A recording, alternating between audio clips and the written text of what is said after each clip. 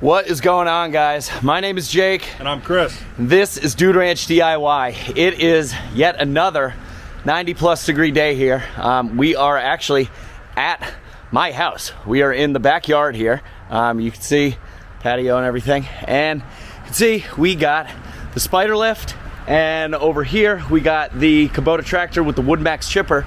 And I need to do some tree work to mitigate future damage to our new fence that you guys might have remembered we installed like back in December, like, I don't know, 8 months ago. Let me show you what we got.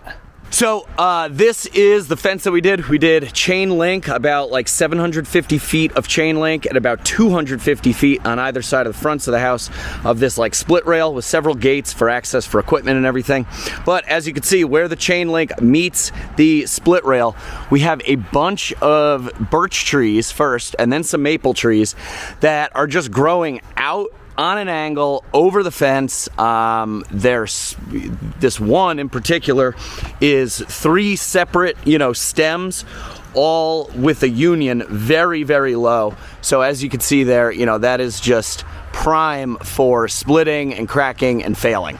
Then if we zoom out, we have another maple tree here. There's actually 2 of them, again, that split at the base, but I think we're gonna remove this whole one that's leaning out, and the branches are getting really low to the point where, like, by next summer, I'll probably be hitting my head with the lawnmower and everything. So I just wanna mitigate any of this, stuff that can fall. We actually had a branch fall down in a storm, and as you could see, I don't know if you could tell, but this post is bent a little bit right here, and it was a dead birch branch that fell out, and it kind of messed with the chain link here. So that's today's objective. I'm gonna hop up in the spider lift and start piecing them out. Chris is gonna be chipping them up and over the fence with the WoodMaxx chipper.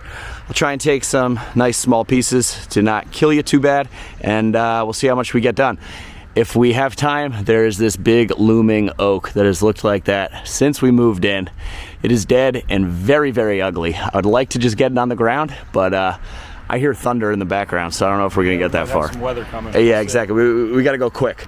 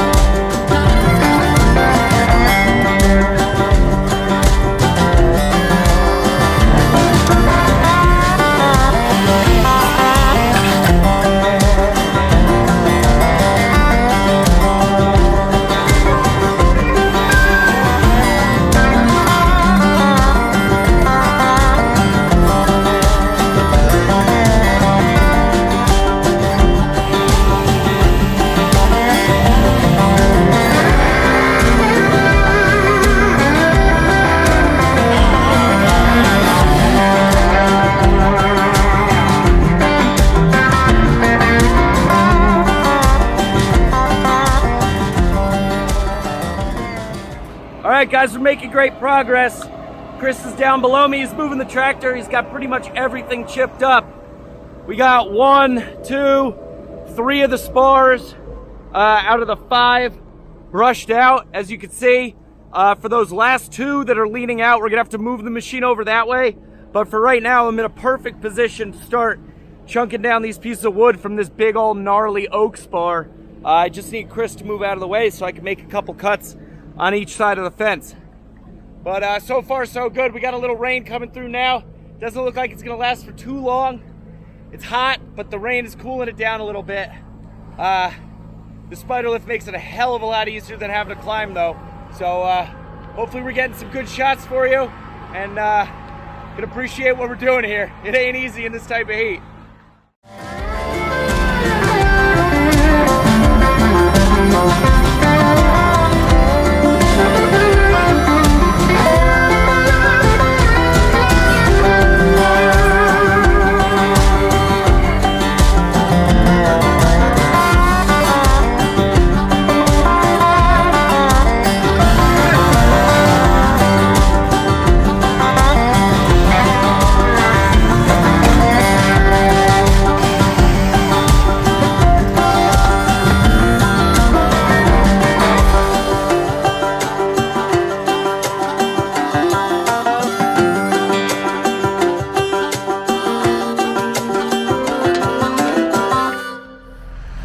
Alright guys, I am down from the spider lift for the time being. There's a chance I might not have to go up in it anymore, at least for what we were set it out, to start doing here today. We got the big gnarly dead top out of that oak spar. It's now to a height where we could put a rope in it at some point, probably won't be today, and drop that down into that area. All that wood and stuff that we can't chip, we're gonna have to get out with the tractor, the mini skid steer at some point. Now we have this maple, and if we walk through the gate here, Chris and I are very confident with the way that it's leaning and everything, that we could basically drop it right into the front yard here without too much issue whatsoever. And once we do that and get it cleaned up, that should allow us enough room to then drop these 2 birch that are up behind it, down straight this way and avoid the fence. So that's the game plan. Chris is repositioning the tractor probably down here in this chip area. We're gonna shoot the chips into the woods, and yeah, that's the plan.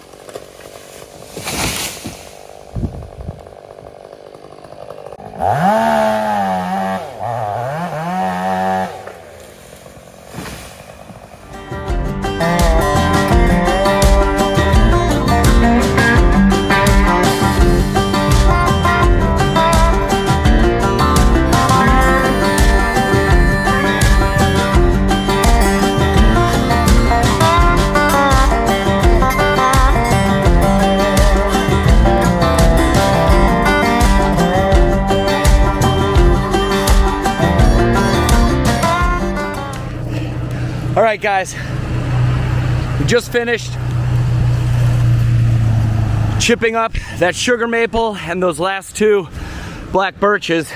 I had you guys on a time lapse, but I'm gonna shut the time lapse off right now. It's currently 6:02. Let's see, we started that at 5:34 is when we started. So that took 32 minutes, right?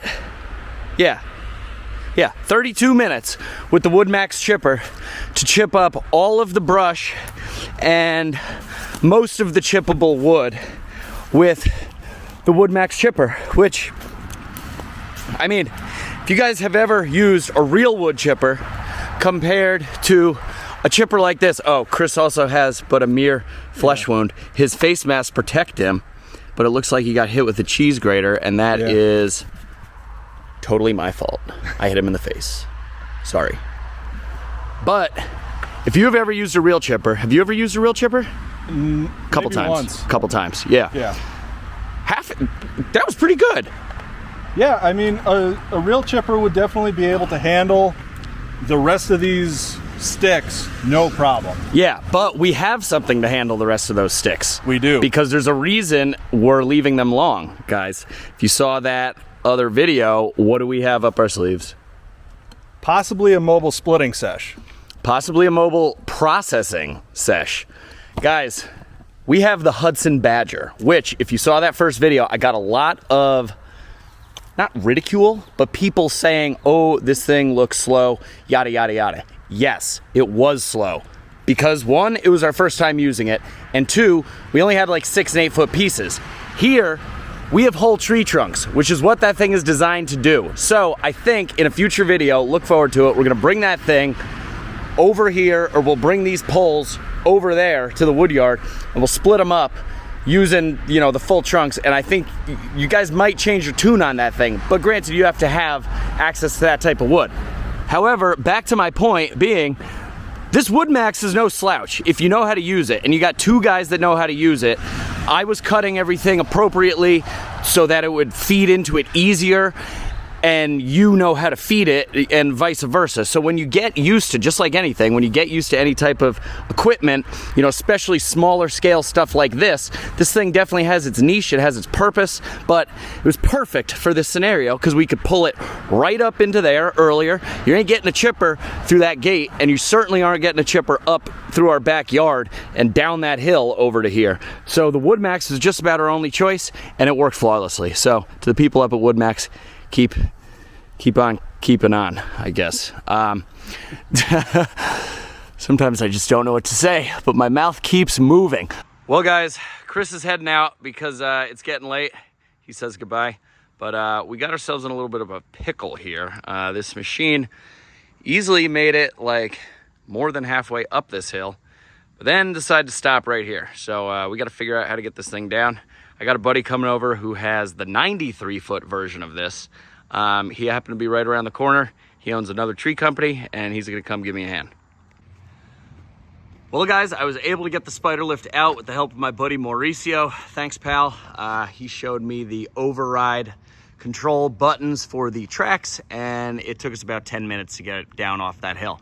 I have since tracked it back here into the woodyard. As you can see, this massive oak has a huge dead leader in it. The entire tree got hit by lightning at some point years and years ago, well before we bought the property. And the whole thing, you can see, has a lightning strike that came down from a leader that used to be there, that was pruned off by somebody at some point.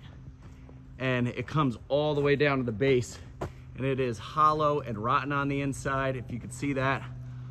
But the tree is still alive. I would love to take it down, but that's way too much of an undertaking for me to do right now.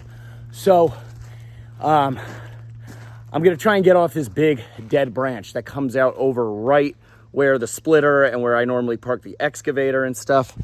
If you see it, it's right up there, and straight down here is the splitter shelter. It's gotten hit a couple times. If the whole thing fell, I don't think it would hit the splitter shelter, but I don't really want to take any chances. There's a ton of other deadwood up there. I don't think I'm going to be able to reach, but I'm going to see what I can get and get as much as I can while I have this thing here. Here we go.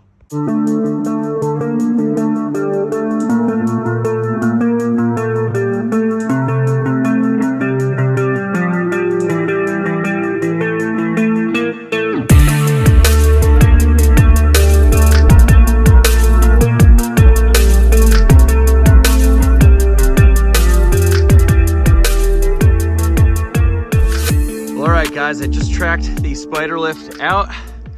I was able to get 2 of these big oak trees deadwooded, but most importantly, I was able to get this big one that's up over the splitter shelter and stuff. As you can see, here's the tips of that big leader. That was coming all the way out. I deadwood pruned the whole rest of the tree. Like I said, eventually I'll take this thing down, but seeing how solid it was, like even right there, it's all solid wood. So there's just a little bit of, you know, rot and stuff on the backside from, well, not a little bit, but there is hollow and rot on the backside. But the rest of the tree is still obviously alive and, you know, well for now.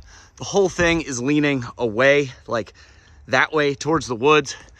I could have bombed down the tops, but from where I could reach, that cut right there is the highest that I could reach. And there is a lot more tree up above that. And those pieces, if I bombed them down, definitely would have hit these birch trees down below. Birch are brittle, they could snap. And the whole thing just could have come crashing down on the shelter, on the totes, on the Eastonmade. And that's the last thing that I need to do right now. I'm trying to prevent future accidents, and being reckless like that just, you know, could have caused one. So we're playing it safe. I'm here by myself. It is 8:15 at night. I was also able to deadwood prune this large double stem oak. There were some, you know, 3 or 4 branches and stuff that were sticking out, you know, over this area. I still need to get this white oak deadwood pruned, and I want to take down this black oak that's leaning out. There's really not much to it. There's like 2 live branches up there, then a bunch of suckers, and look at that trunk. That would make awesome firewood. So those 2 are the last 2 on this side. Then there's 1 oak over here with a big leader going up that's dead, but again, that thing looks pretty solid. I don't really keep much over there except for some attachments and firewood drying totes. And I mean, I don't think that thing's going anywhere anytime soon. So next time I have the spider lift, those trees will be on the docket. So guys, I hope you enjoyed this one. You know, I don't know. We'll see how the footage turned out. We were pretty busy trying to get this in. Like I said, it's like 8:15 right now. I'm exhausted. It was 90 degrees all day. We were doing this after work. So bear with us. But I feel super relieved that I was able to get both the trees over the fence that I've been concerned about for a while now, and this big guy over the splitter shelter. So you guys know what to do. Like, share, subscribe, comment, you know, drop it down below. But my name is Jake. This is Dude Ranch DIY. Thanks so much for watching. We'll see you here next time.